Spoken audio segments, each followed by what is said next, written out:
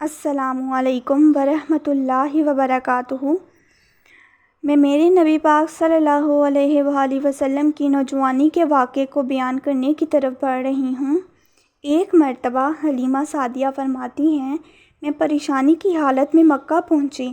آپ کے دادا عبد المطلب کے پاس پہنچتے ہی میں نے کہا، میں آج رات محمد کو لے کر آ رہی تھی۔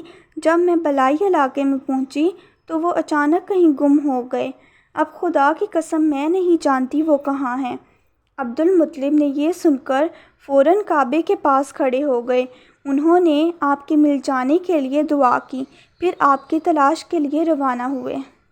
ان کے ساتھ ورقہ بن نوفل بھی تھے۔ غرض دونوں تلاش کرتے کرتے تہامہ کی وادی میں پہنچے۔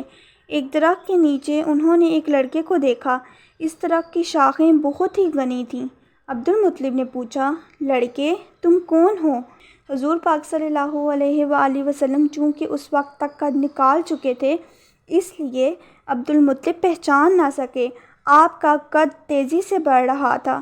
جواب میں آپ صلی اللہ علیہ وآلہ وسلم نے فرمایا، میں محمد بن عبداللہ بن عبد المطلب ہوں۔ یہ سن کر عبد المطلب بولے، تم پر میری جان قربان، میں ہی تمہارا دادا عبد المطلب ہوں۔ پھر انہوں نے آپ کو اٹھا کر سینے سے لگایا اور رونے لگے۔ آپ کو گھوڑے پر اپنے آگے بٹھایا اور مکہ کی طرف چل دیے۔ گھر آ کر انہوں نے بکریاں اور گائیں ذبح کی اور مکے والوں کی دعوت کی۔ آپ کے مل جانے کے بعد حضرت حلیمہ سعدیہ حضرت آمنہ کے پاس آئیں تو انہوں نے پوچھا، حلیمہ اب آپ بچے کو کیوں لے آئیں؟ آپ کی تو خواہش تھی کہ یہ ابھی آپ کے پاس اور رہے۔ انہوں نے جواب دیا، یہ اب بڑے ہو گئے ہیں اور اللہ کی قسم میں نے اپنی ذمہ داری پوری کر دی۔ میں اب خوف محسوس کرتی ہوں کہیں انہیں کوئی حادثہ نہ پیش آ جائے، لہٰذا انہیں آپ کے سپرد کرتی ہوں۔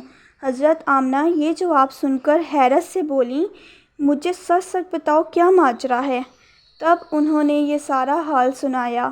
حلیمہ سعدیہ نے دراصل کئی عجیب و غریب واقعات دیکھے تھے۔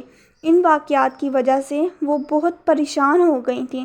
پھر سینہ مبارک صلی اللہ علیہ وآلہ وسلم چاک کرنے کا واقعہ پیش آیا تو وہ آپ کو فوری طور پر واپس کرنے پر مجبور ہوئیں۔